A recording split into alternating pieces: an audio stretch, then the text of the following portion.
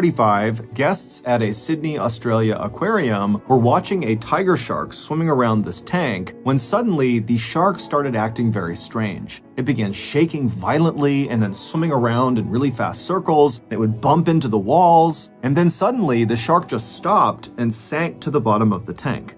What the shark did next was so horrifying, it sent the onlookers running out of the building to call the police. When the police came into the aquarium, they were less interested in the shark and more interested in what was now floating at the top of the water in the shark's tank.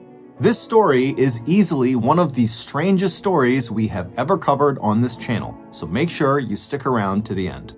But before we get into that story, if you're a fan of the strange, dark, and mysterious delivered in story format, then you've come to the right podcast because that's all we do, and we upload twice a week, once on Monday and once on Thursday. So, if that's of interest to you, the next time the Amazon Music follow button invites you over to their house for dinner, bring your trash with you and secretly hide it around their home. Okay, let's get into today's story.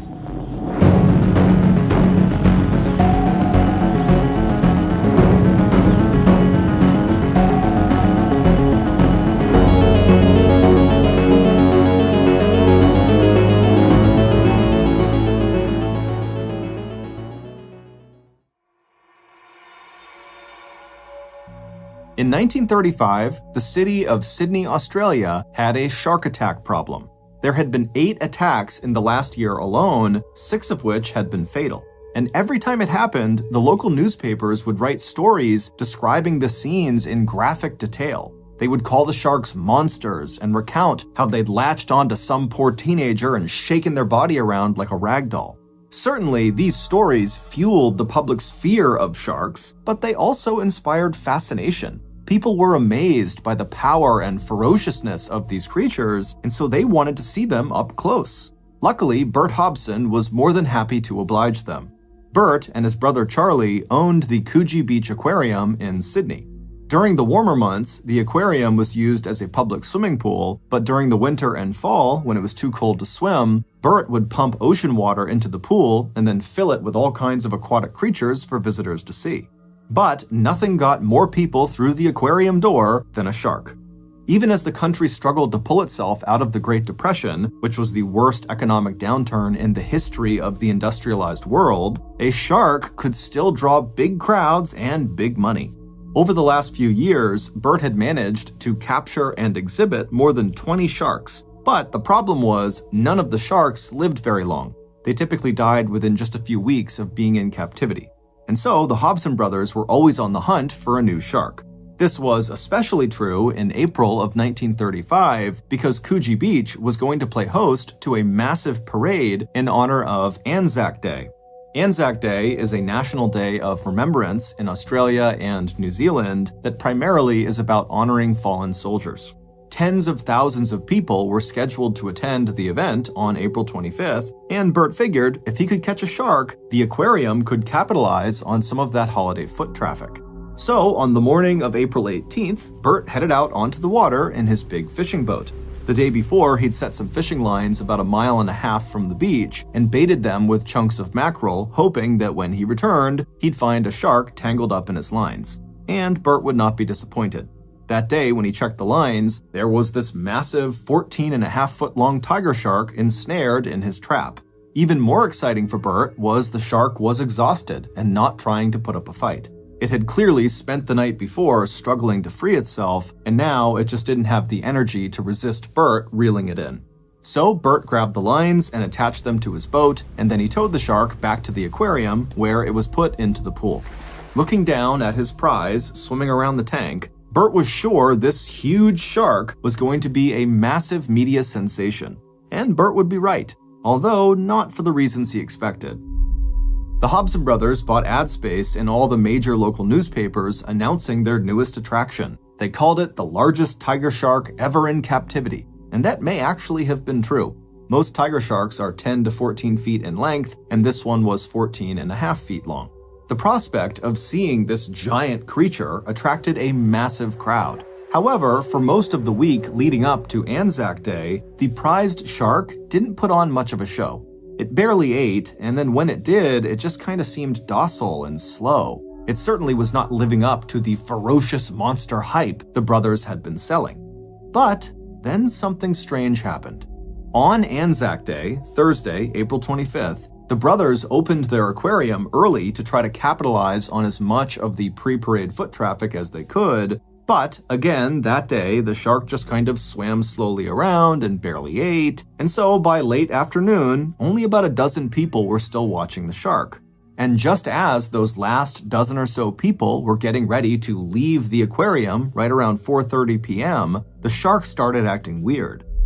Without warning, the shark just started thrashing violently around in the water. Its body was moving so fast and its tail was flapping so aggressively that it practically beat the water to a foam. The spectators had absolutely no idea what was going on, but they were completely mesmerized by the spectacle of it. The shark then started rapidly swimming in circles around the pool, periodically smashing into the walls.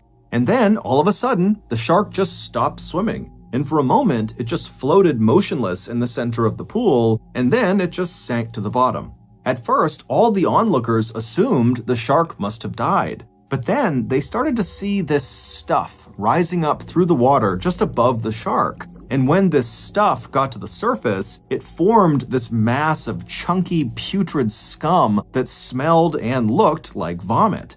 And in fact, that's what it was. Vomiting is a fairly common behavior in sharks. When they get stressed out, like when they're caught in nets or beached, or when they've been dragged from their habitat and then put in a pool that's too small for them, they sometimes throw up. The behavior is even more common in tiger sharks because tiger sharks will eat pretty much anything that crosses their path, including things they can't digest, like turtle shells and metal, which is why they're always having to throw up to get these things out of their body. But no one in the audience knew this, so as this pool of shark vomit was beginning to settle on the surface of the water, the spectators just stared at it, trying to understand what it was. And as they were looking, they started to notice these shapes inside of the vomit that they sort of recognized. At first, what they saw were things like fish bones and shark fins, the kind of things you would expect to find in the stomach of a shark. But then there were also these other things that you wouldn't really expect to see, like a dead rat and a partially digested bird. And then they noticed something else, a human arm, and this arm had a rope tied around its wrist. The spectators were horrified. They started gasping and screaming and shouting for someone to call the police. Bert Hobson grabbed a stick and did his best to push the arm over to the side of the pool while his brother Charlie rushed inside to call the authorities. By the time the cops arrived, the shark had recovered from its sickness and was back to swimming slow laps around the pool. So the first thing the cops had to do was secure the arm before the shark decided it was hungry again. The detectives lifted the arm from the water using the rope around its wrist, and then they placed it inside of a burlap bag they'd brought to collect evidence. And then the police turned their attention to the obvious question everyone had. How did this arm wind up inside of this shark? The Hobson brothers assured the police there was no way someone could have thrown the arm into the pool without their knowledge because the shark had been under constant surveillance since arriving at the aquarium 7 days earlier. There was also no way someone could have fallen into the pool during off hours because they kept the aquarium locked when they weren't there. So the Hobson brothers were certain that the arm must have already been in the shark's belly when it arrived at their aquarium. And the victim, whoever they were, was likely just another casualty of the latest wave of shark attacks in Sydney's harbors. But the police weren't so sure about that theory, at least not the part about a random shark attack. To them, the rope tied around the arm's wrist seemed to suggest something more intentional, possibly murder or maybe suicide. They didn't know, but something seemed off. But regardless, the police knew their first order of business was just identifying the owner of the arm so that their family could be notified about their death. Now, in 1935, under normal circumstances, trying to figure out whose arm this was would be nearly impossible because DNA had not been discovered yet. And so all investigators could do was just look at the arm and see if there were any features on it that could lead to the owner. And in this case, there were. The first thing they noticed was that the arm was in shockingly good condition. In fact, there appeared to be hardly any signs of digestion at all, which was surprising considering how long it must have been in the shark's stomach. So before the police even left the aquarium, they called a fingerprinting specialist who drove out to the site and then cut and peeled the skin off the fingertips for later analysis. The second thing the police noticed was a tattoo on the inner forearm. It was an illustration of two boxers facing off as if they were in the ring. Their bodies and gloves were drawn in blue ink, and their boxing shorts were colored red. The design was unique enough that police felt hopeful a friend or family member might recognize it just from a written description in the newspaper. But when the police drove over to the morgue to have the arm analyzed further, what they would learn there would ensure that all the newspapers in the state would be running much more than just a written description of that tattoo. At the morgue, the local medical officer became instantly fixated on the question of how the arm had come to be removed from the owner's body. Up to that point, everyone, including most of the police, assumed the shark had just bitten the arm off. But to the medical officer, the arm did not look like it had been bitten off at all. There were none of the ragged tears or bite marks like you'd expect to see with a shark attack. Instead, the arm appeared to have been cut from the body with surgical precision, most likely with a knife, which meant this death was likely not the result of a shark attack. In all likelihood, it was a murder by a person, and then after this guy was killed, the shark was either fed the body part, or after the parts were dumped into the water, the shark happened to find the arm and ate it. This new twist on the case created an instant media frenzy. Newspapers all over the country ran stories about this strange situation with the shark arm in Sydney. And a bunch of those papers actually ran a photo of the tattoo, along with instructions for readers to contact the authorities if they recognized it. And someone did. On April 28th, just 3 days after the scene at the aquarium, police received a call from a guy saying he'd seen the photo of the tattoo in the paper, and he knew who the arm belonged to. Without a doubt, the guy said, that arm belongs to my older brother, Jim Smith. To most of the police at the precinct, the name Jim Smith meant nothing. But for Detective Frank Matthews, the man who would be leading the so-called shark arm case, hearing the name Jim Smith would completely change the way he was thinking about the investigation ahead of him. Because Matthews knew that Jim could not have been just a random victim. About a year earlier, Jim had become a secret police informant. It started with an insurance fraud scheme gone wrong. Some wealthy men had bought a yacht called the Pathfinder, and then they over-insured it. They then hired Jim to be the captain of the Pathfinder, and his job was to drive and maintain the boat, and then, at an appointed date and time, sink it. The wealthy men would then cash in the insurance claim and split the proceeds amongst those involved in the scheme. But when Jim was actively sinking the boat as ordered, a water policeman saw it happening and yelled out, offering to help. But Jim panicked and just pretended not to hear the police officer, allowing the boat to continue to sink. And so later on, when the wealthy men tried to file their insurance claim on the boat, that water policeman remembered that strange encounter with Jim, and before long, the insurance claim was flagged for fraud. Detective Matthews had been assigned to that case, and Jim was one of the first people brought in for questioning. But as soon as they started talking, Jim broke down completely and told the detective everything. In exchange for immunity, Jim promised to supply Detective Matthews with information on Sydney's vast criminal underworld. This was an extremely dangerous trade for Jim to make. Because of the massive financial fallout caused by the Great Depression, desperation had driven many otherwise law-abiding Sydney residents to participate in some capacity in this criminal underworld. And people like Jim, who snitched to the police, threatened their livelihood. So, when Detective Matthews heard that the shark arm victim was Jim Smith, he assumed that someone must have found out that Jim was a police informant and they had had him killed to shut him up. But the detective didn't reveal any of this to Jim's brother when they spoke. He simply asked the brother to come down to the station and give a formal statement, which he agreed to do. The next morning, Jim's brother arrived at the police station, and with him was Jim's wife. She fought back tears as she told police it had been more than 10 days since she or anyone else had seen Jim. The last time they spoke to him, he said he'd been hired to take a wealthy man out on a fishing trip. He said he didn't know how long he'd be gone, but he'd be staying at a cabin on the coast, and if they needed to reach him, he would be checking his messages at the Hotel Cecil in Cronulla. Cronulla is one of Sydney's many coastal suburbs. By this point, Detective Matthews could tell this was going to be a very challenging investigation with a lot of media scrutiny. And part of him wondered if maybe he was jumping to conclusions. Maybe Jim hadn't been murdered, maybe he really had just been attacked by a shark. And if he had, then most likely the rest of Jim's body, or at least more of his body, would be inside of that tiger shark. And as it happened, that tiger shark had actually died shortly after vomiting up Jim's arm. And so Detective Matthews went to the dock where the shark's body was being held by a fish oil merchant, and there he watched as the giant fish was cut open and nothing but fish parts fell out of it.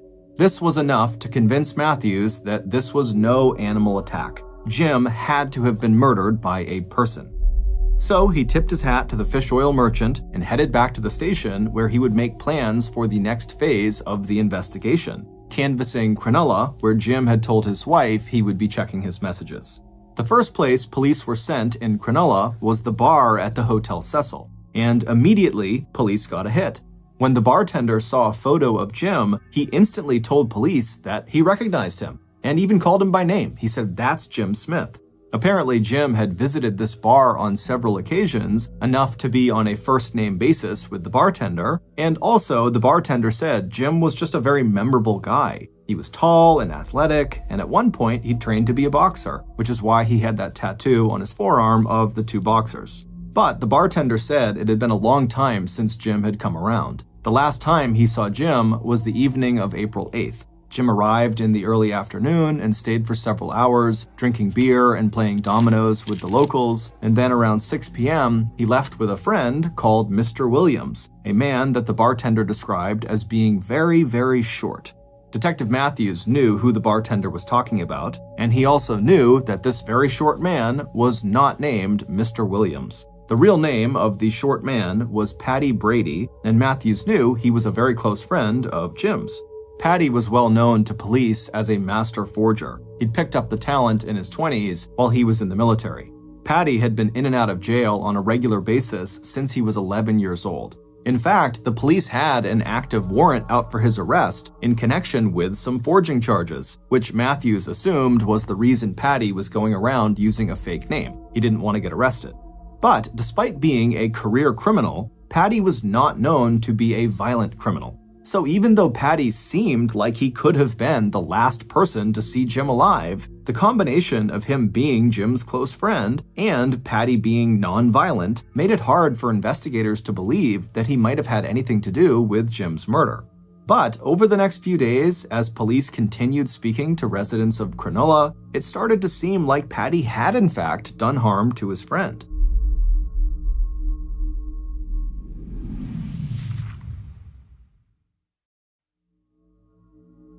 The information police gathered in Cronulla led them to a cottage on the water in Cronulla, and this cottage was being rented by Paddy. And apparently, on April 8th, after Jim and Paddy had left the Hotel Cecil, the pair had traveled by boat to this cottage and gone inside together, but the next day, only Paddy came out, and after that, no one heard from Jim again.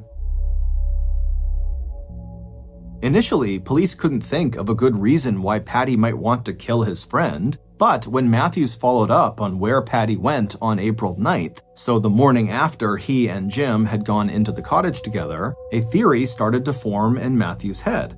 Matthews learned that on the morning of April 9th, Paddy left the cottage and headed for a taxi depot. The driver of the taxi told police that Paddy looked disheveled and totally out of it. Paddy asked the driver to take him to McMahon's Point, a wealthy community on Sydney's North Shore. The driver dropped Paddy off outside of this large fancy house right above the water, and he watched Paddy go inside. Paddy would stay in the house for about 40 minutes, and then he would call another cab to come pick him up and drive him back to Cronulla.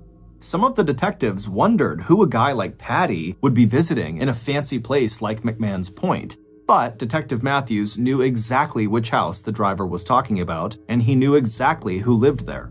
The house belonged to a well-known businessman named Reginald Holmes. Back in the 1850s, Holmes's father was considered to be the best boat builder in Sydney. He built luxury yachts and speedboats, and he made an absolute fortune selling them. And then, when he retired, he handed the whole boating empire over to his oldest son, Reginald. For decades, the Holmes family lived like royalty in Sydney Harbor. But then the Great Depression hit, and Holmes's yacht building business, like all other luxury businesses, went downhill fast. So, to maintain his luxury lifestyle and preserve the prestige of his name, Reginald Holmes had found other ways of making money. Mostly, he used his boats to facilitate drug smuggling off the coast of Sydney Harbor. Many people were involved, but hardly anyone ever got in trouble for it because at the time, there were only 2 cops in Sydney assigned to drug cases. But the thing that put Holmes on Matthews' radar was the sinking of the Pathfinder. Remember how Jim became an informant after a couple of wealthy men hired him to sink their yacht, the Pathfinder? Well, Detective Matthews had recently discovered that Reginald Holmes and his close friend Albert Stannard were those 2 wealthy men. The only reason Matthews had not pursued charges against them was that they had withdrawn their insurance claim after he had started investigating them. At this point, the police felt nearly certain that Holmes had to be involved somehow in Jim's death. There were just too many coincidences. But they didn't have enough evidence to actually charge Holmes with anything. So instead, they went after Paddy. At 6:30 p.m. on May 16th, police arrested Paddy at his home and drove him back to the precinct where he was subjected to more than 6 hours of questioning. But in all that time, Paddy skirted every one of the investigators' questions and barely broke a sweat. Unlike Jim, Paddy was a career criminal who lived by a sort of code of honor, meaning he would never snitch. But Paddy also realized that he was facing murder charges, which meant he could be facing the death penalty if he was convicted. So, eventually, Paddy's code kind of eroded, and he made a calculated decision. If he was going to be forced to take the fall for Jim's death, he was going to make sure that Holmes went down with him. Paddy told police in an official statement that he'd first met Holmes about a year earlier, back when Jim had been hired to be the captain of the Pathfinder.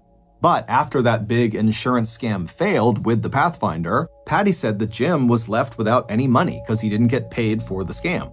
And so he and Paddy came up with a new scam and presented it to Holmes. The idea was to forge checks from Holmes's wealthier clients in amounts so small that the clients wouldn't notice. Holmes would supply the checks, Paddy would forge the signatures, and Jim would cash the checks from his account. And then all 3 men would split the profits.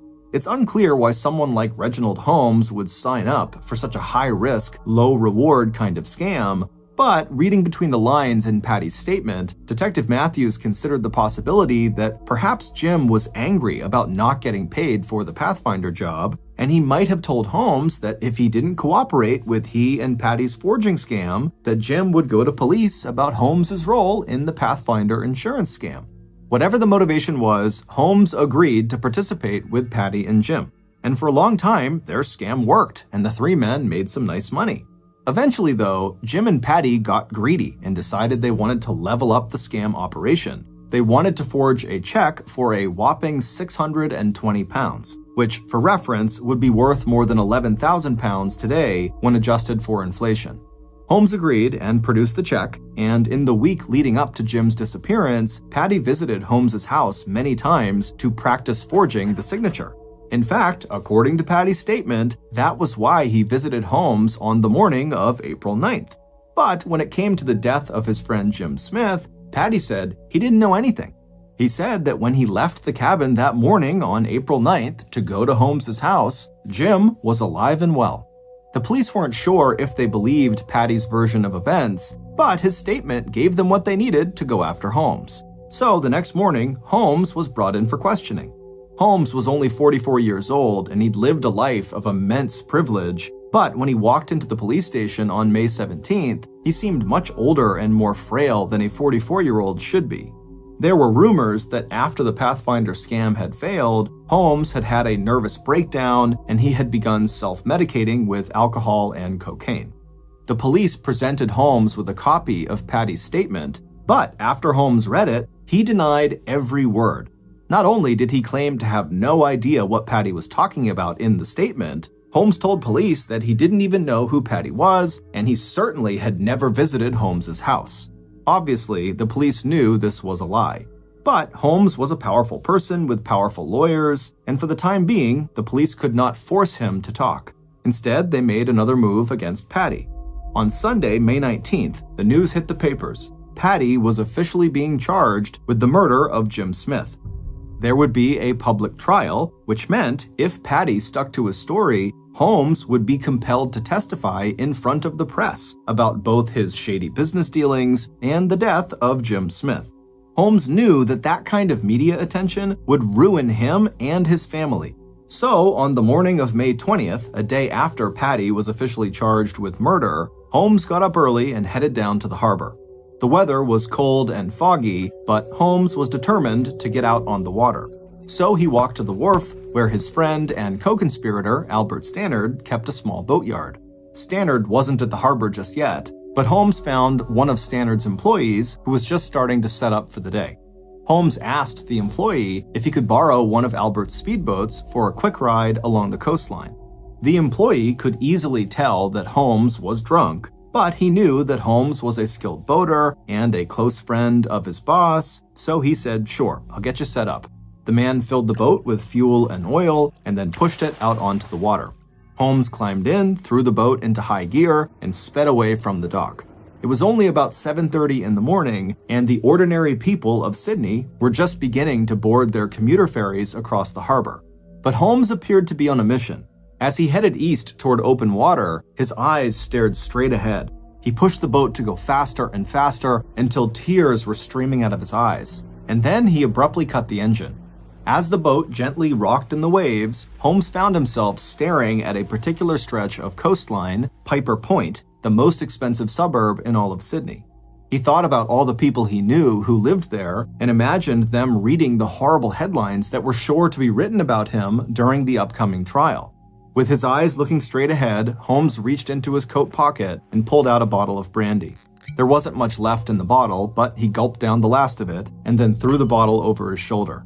And then Holmes reached back into his pocket and pulled out a revolver. And there, within full view of the people who lived on Piper Point, Holmes pointed the gun at his forehead and pulled the trigger. The gun went off and the blast threw Holmes's body out of the boat and into the water. But, shockingly, he survived. The bullet hit the thickest part of his forehead, so instead of puncturing his skull, it just sort of flattened there against his forehead and then fell to the ground, leaving him with a giant flesh wound on his face. As soon as Holmes hit the water, he bobbed back to the surface like a cork, and for a second he just looked around wondering what happened while blood gushed from his forehead. Then he just swam back over to his boat and climbed inside. Meanwhile, the residents of Piper Point, who had actually seen the attempted suicide, began calling the police. The water police were dispatched to the area, and they raced towards the injured boater, but as soon as they got close to his boat, Holmes would just turn his boat around and speed away. This happened over and over again, with the water police trying to get close enough to help, and Holmes cutting the wheel sharply and rushing away from them at the last second. And even though Holmes periodically would pass out behind the wheel, either from blood loss or drunkenness or both, he still managed to evade the water police for more than 4 hours. Finally, Detective Matthews and his squad were notified of what was going on out on the water, and so they headed out in their own boat, and with the help of Holmes's own brother in another boat, they were able to finally jump on board of Holmes's craft and tackle him and pull the keys out of his ignition. Holmes was taken back to shore and sent immediately to the hospital, and then 5 days later, when Holmes was finally healthy enough, he told detectives he was ready to talk. Holmes told police that Patty had been blackmailing him for months, threatening to reveal what he knew about the Pathfinder insurance scam if Holmes didn't pay him. But then, on the morning of April 9th, the morning after Jim was last seen at the cottage with Patty, Patty had come to Holmes's house looking disheveled and carrying a big brown leather bag. Patty told Holmes that he'd been with Jim at the cottage the night before, but they'd gotten into a fight that ended with Jim getting killed. So Patty had loaded Jim's body into a tin trunk he found at the cottage and disposed of it by dumping it into the water. But apparently, not all of Jim's body had fit inside of that tin trunk. Holmes said that at that point, Patty reached into this brown leather bag he had with him, and he pulled out Jim's arm, holding it by a rope that he had tied around the wrist. Holmes said this scared him so badly that he immediately decided to just do whatever Patty wanted in fear that Patty might kill him too. And so from that point onward, whenever Patty called to ask for money, Holmes would give it to him. To the police handling the interrogation, Holmes seemed genuinely afraid as he spoke. He chain-smoked and his hands shook when he signed his statement, but it was impossible to tell if he was afraid of Patty or of the stain this case was going to leave on his reputation. In any case, the majority of the details in his story lined up with what the police had uncovered in their investigation. So they asked Holmes if he would be willing to testify that Patty killed Jim and disposed of Jim's body, and Holmes said he would. Now, not all of the detectives believed that Patty was guilty. The idea that this tiny guy could have killed this huge athletic guy, Jim, who had literally been at one point a professional fighter, seemed totally implausible. But with all the media attention on this case, the police were facing an immense amount of pressure to just close it. And since they still couldn't find Jim's body, Holmes' story was their best shot at closing the case. Before Holmes left the station, the detectives asked him if he wanted police protection, but Holmes declined. Before Patty could officially be indicted for murder, the police would have to present their evidence to the coroner. In cases where a wrongful death is suspected, it is the coroner's job to determine the cause of death and who may have been responsible. On May 30th, the lead detectives were called to the office of the coroner to present all of the information they had uncovered in the case of Jim Smith's death. But after presenting all their evidence, the coroner told them that there was not yet enough information to determine how Jim Smith had died, and so they would have to have an inquest. An inquest is a judicial inquiry to ascertain the facts relating to an incident, such as a death. The date for the inquest was set for June 12th, which meant detectives had just 2 weeks to prepare all of their evidence and just 2 weeks to hopefully finally find Jim's body. But at the end of those 2 weeks, despite searching the water extensively, police did not locate Jim's body, which meant pretty much their entire case against Patty would rest on the testimony of Reginald Holmes, a man who just weeks earlier had publicly demonstrated that he was both dangerous and mentally unstable. And as the days until the inquest ticked by, Holmes's mental health only seemed to worsen. He spent entire days drinking in his bed, scared that if he went outside, he would be killed, either for what he'd said to police or for what he might say on the stand at the inquest. And it would turn out his fears were legitimate. In the early hours of June 12th, the day of the inquest, a police officer was making his rounds when he noticed a car idling by the side of the road. Its headlights were on, and the passenger door was open, and the driver was just kind of sitting there, leaning forward. June is wintertime in Australia, and in a coastal city like Sydney, the wind that sweeps in from the harbor can be extremely cold. And so worried something was wrong because this guy's door is open, the patrolman quickly got out of his car and he hustled over to the idling car to see what was happening. The patrolman came around to the open passenger door and shined a flashlight on the driver. And right away, he saw the driver was covered in blood and had been shot several times on the left side of their body. By the time the sun came out and people started gathering outside the courtroom for the inquest, the story had already hit the papers. Reginald Holmes had been murdered, only 7 hours before he was scheduled to testify at the inquest. Without the police's star witness, the case against Patty Brady was bound to fail. For one thing, the police had no direct evidence tying Patty to Jim's murder, but as it would turn out, that wasn't even their biggest problem. At the inquest, which did end up happening, Patty's lawyer would argue that the court could not find Patty responsible for Jim's death since there was actually no hard evidence that Jim was even dead. All they knew was Jim was missing an arm, and people can survive without an arm. And since this was technically true, the coroner was determined to have no authority to hold this inquest, which meant they had to shut it down. Patty would be acquitted of all charges. However, he would spend the rest of his life going in and out of jail for other offenses. Jim's body would never be found, and no one would ever be convicted for his murder. Nor would anyone ever be convicted for the murder of Reginald Holmes, although some people believe Holmes's murder was orchestrated by his old friend and co-conspirator Albert Stannard, either to help his family collect on one of his many life insurance policies, or to avoid him ruining both of their reputations by testifying at the inquest that would implicate both of them. Many people in Sydney considered these outcomes to be a huge miscarriage of justice and a total failure on the part of the police. But many other people in Sydney were quietly relieved that the people involved in this very bizarre shark arm case took their secrets of Sydney's underworld with them to the grave. Thank you for listening to the MrBallen podcast. If you got something out of this episode and you haven't done this already, the next time the Amazon Music follow button invites you over to their house for dinner, bring your trash with you and secretly hide it around their home. This podcast airs every Monday and Thursday morning, but in the meantime, you can always watch one of the hundreds of stories we have posted on our main YouTube channel, which is just called MrBallen. Consider donating to our charity. It's called the MrBallen Foundation, and it provides support to victims of violent crime as well as their families. Monthly donors to the MrBallen Foundation Honor Them Society will receive free gifts and exclusive invites to special live events. Go to mrballen.foundation and click Get Involved to join the Honor Them Society today. If you want to get in touch with me, please follow me on any major social media platform and then send me a direct message. My username is just @MrBallen, and I really do read the majority of my DMs. Lastly, we have some really cool merchandise, so head on over to shopmrballen.com to have a look. So that's going to do it. I really appreciate your support. Until next time, see ya.